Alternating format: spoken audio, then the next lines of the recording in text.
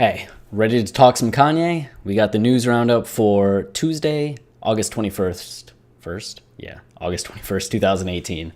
Let's get into it. We're going to start with Ye's Twitter, and he kicks off with a picture of Kim Kardashian when she was in Miami and uses the tongue emoji and fire to describe his wife. And she was bringing back big sunglasses. There's the infamous Kanye story where he had told Kim and all of her sisters not to wear big sunglasses anymore, that small sunglasses were in.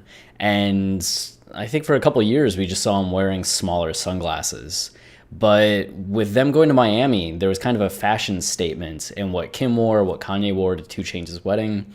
And you saw it in the sunglasses, the attire. So she's back to the big sunnies. This was a video of Kim going out, sans Kanye, and she had a wig on that was this neon blonde wig, and she was in this fucking neon Lambo, Ferrari, something nice, and matching up, which ended up matching her dress. She was just on point the entire weekend, which I wonder if it was Kanye picking out the outfits, if it was her own style team picking out the outfits. Very curious. I'll interview Kanye one day and I'll be like, yo, when Kim was in Miami, was that you? Was that all your call? Was it her own call? Whose call was it? And then I'll end the interview. Right there. Nice and succinct. Next, Sunday Vibes. This is back in Kanye's house, I do imagine, with Kirk Franklin playing some piano. You may remember Mr. Kirk Franklin from Ultra Light Beam. And then getting into some of the Yeezy stuff. Kanye was at the office, and this was from the 451. And if you want to see what some of the 451 looks like, this is that, which I actually think looks pretty fucking awesome. It's like a volcano shoe or some sort of lava shoe. Look at that. It could be I've never seen a shoe that looks natural. Like it imitates a shape from nature in that way that this imitates kind of a mountainside, which to me is really fascinating. I don't know if that's intentional. I doubt that that's intentional, but it seems very like Japanese aesthetic centric, which I'm all about. This is a promising moment. Since I've been making sneakers, I've always wanted as many people as possible to have them. On September 21st, we're doing our largest drop ever of the 350 V2 Triple White. Go to yeezysupply.com/triple white and sign up to get them. So I don't know if that's just they're going to make however many to how many people sign up. So if you've always wanted a pair of Yeezys and you're not terribly picky about which colorway you're getting, this is your chance to hopefully get a pair at a good price. And this is all part of Adidas's plan to increase production of the Yeezy brand and increase the work that they're doing with Kanye, which is something we talked about from some article last week with the guy that's in charge of Adidas talking to investors. And there was rumors already that production of Yeezys could hit more of the mainstream level, where they just start rolling out all kind of colorways, all kind of, materials. I don't know what I wanted to say beyond that. Just they're going to roll out more of the shoes and have them be readily available in a way that they haven't been. And in this photo, I mentioned in yesterday's video, you can see some versions of the V2s that hadn't been released yet. So maybe this is in preparation of that, like kind of the blue 350s. I am hoping.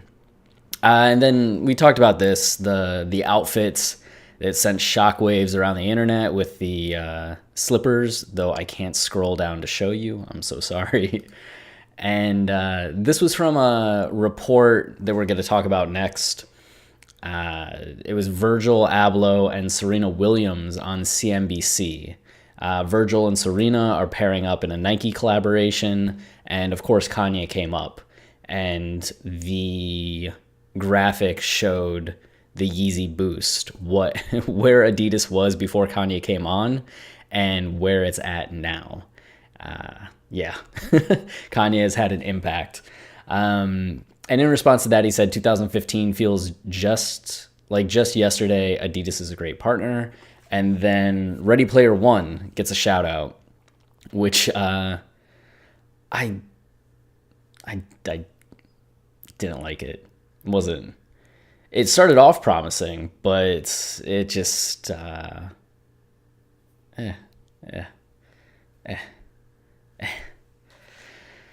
Stay inspired, spend as much time outside as possible. Fresh air is healing. Very, very true. You know, most of the great creatives and thinkers went on daily walks, which could be as little as 10 minutes or 5 minutes, and some would go walking for 2 hours. That's why the idea of the philosopher walk is so famous. There's something about thinking while moving that helps the brain gain a little bit of distance. There have been studies on this, that students that are actually doodling while listening to a teacher talk, not even taking notes, but just kind of doodling along, whether that's just tracing something, drawing circles, writing their name, actually retain information better than students that are just frantically taking notes. And there's something about just giving the brain some little bit of distraction frees up how it processes information. So walking is good for that, because instead of sitting there focused on one thing, your body's moving, which allows that little bit of space that the brain needs to operate at its max level. You may notice sometimes when you're in the midst of trying to solve a problem or thinking through something that you feel the urge to take a break, check your phone. I have a baseball, and I'll just start tossing the baseball back and forth, thinking, or like throwing up curveballs or something. All those little distracted fidgeting things, which might happen if you're having a conversation, to all help with processing thoughts. Spending time outside also does that. So spend time outside. And then lastly, Kanye tweeted the 700 V3 Mark Minor. Or no, 700 V3. Mark Minor and the team killed it. There should be a comma there. I don't like these. I was all about the 700s. People were shitting on the 700s. I think some said it was the worst shoe of all time. And look what happened to the 700s. So maybe I'll be wrong about this, but I really liked the Wave Runners.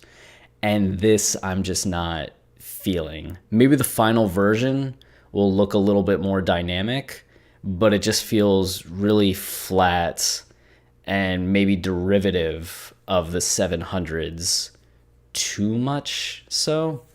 We'll see. But moving on, Team Kanye Daily had shared this. This was Virgil's response to the question about him and Kanye potentially collaborating in a Nike-Adidas collaboration. So for their respective companies that are in competition, working together on something, or is it too much of a competition? And Virgil was saying, I think in the design space, it's about the best creativity, and Kanye and I we've been best friends. We'll be best friends until the end of time. We're both excited to have platforms to create. And yeah, we support creatives competing. So it was a long non-answer, but just nice to see the bond between friends, and just Virgil continuing to throw love to Kanye and Kanye continuing to throw love to Virgil. That suit that Kanye wore, this was a Virgil designed Louis Vuitton suit. And you can kind of see it on the leg, but it's the Louis Vuitton symbol is printed on the suit. Is that the word for it? But it's kind of that raised pattern. So it's not just the suit. Cool. But Virgil made that for Kanye, or at least made it, and Kanye wore it. But moving on. Watch the Throne, the namesake for our podcast, is available on Spotify for the first time in a long time.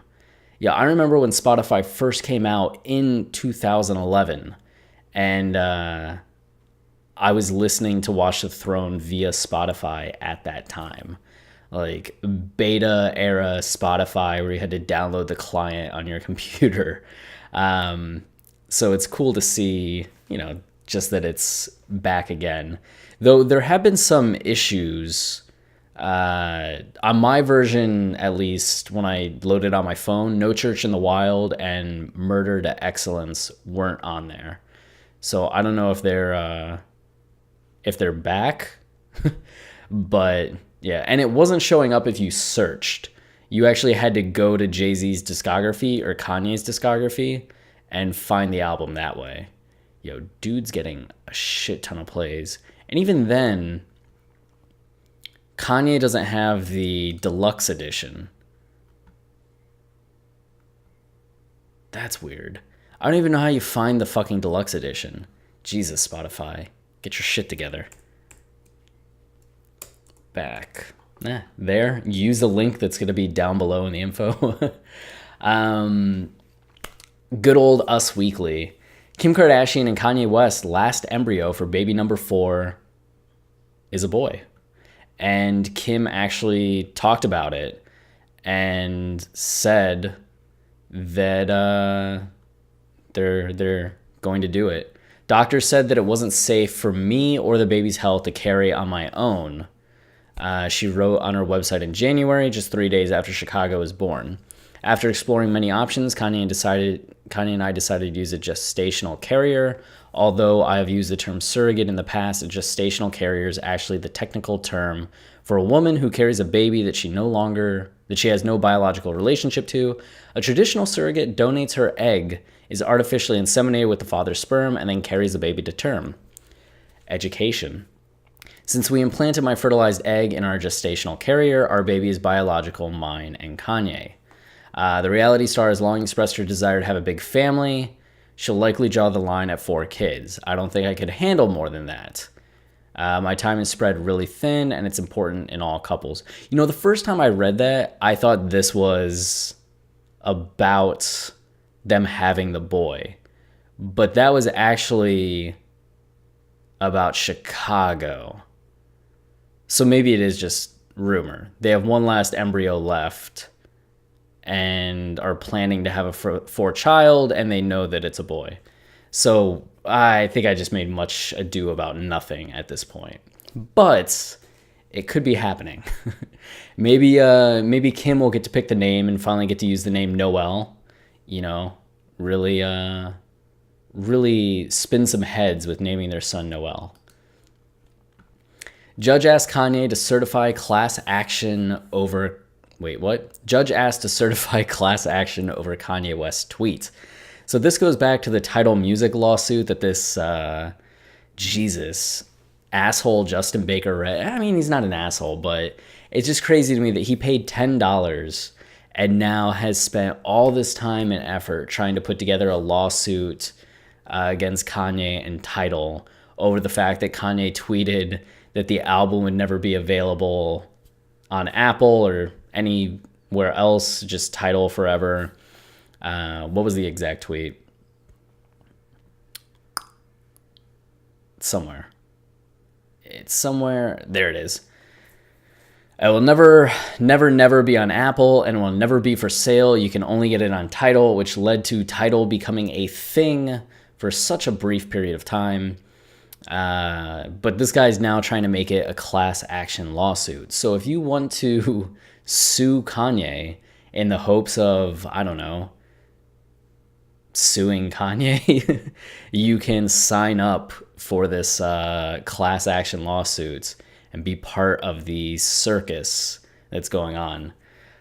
So much insanity going on in America these days, and this is what this guy's tying the court up with.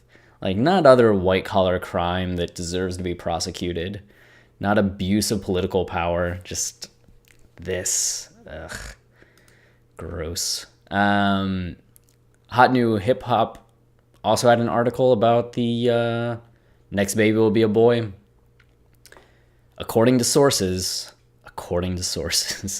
So, I don't know. we'll just follow that closely and see what happens. And this one's going to stay grayed out because the mirror, you can't see it on the bottom, but the mirror is asking me if I will accept cookies for them. It's like, no, the last thing I'm going to do is accept cookies from the mirror. The only reason I want to share this is just how dumb it is. Here's what really happened after Kanye West ruined Taylor Swift's big VMA moment. Notice right here. The start of their famous feud began in 2013. What? That shit was 2009. Like, okay, but they just mistyped 2 numbers, you know? That's it. It was a defining pop culture moment of 2013. What the fuck? Like, what? How are you continuing to type 2013? Who in their right mind looked up the details of this and thought, oh yeah, that was 2013?